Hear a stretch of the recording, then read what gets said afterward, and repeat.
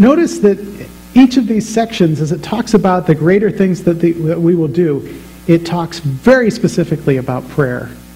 And I confess that my prayer life is not what it should be.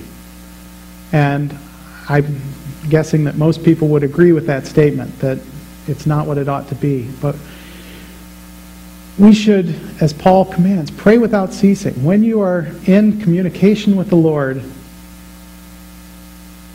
then you are abiding in Him, and He in you, and together He will show you ways in which you can bear much fruit. So this brings us back to the beginning. Do you ever feel like a failure? Have you ever had an epic fail? Does it seem like every day is an epic fail? Well, if so, you're one step closer to realizing that you can't do it on your own. We need the power of the Holy Spirit working in us.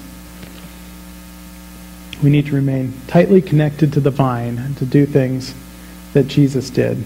And again, this brings us back to John 14, beginning in verse 12.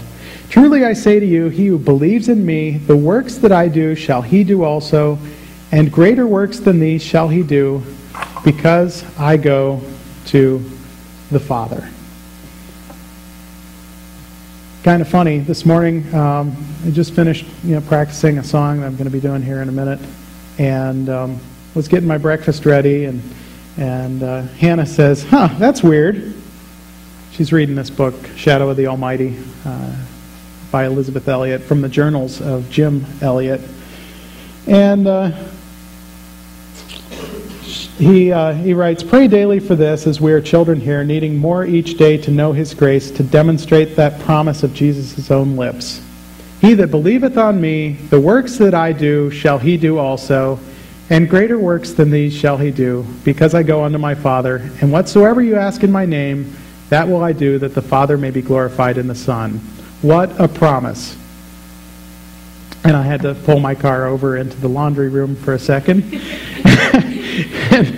and to just realize that even that God is still speaking to me today, that I can't do it in my own strength. That even this message is from Him, and to Him be all the glory. But what are these greater things that we can do? Well, when Jesus was here on earth, He could only be in one place at one time.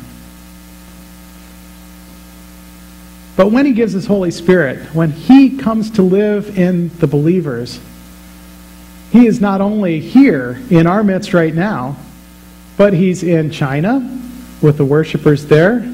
He's in Australia. He's in Akron.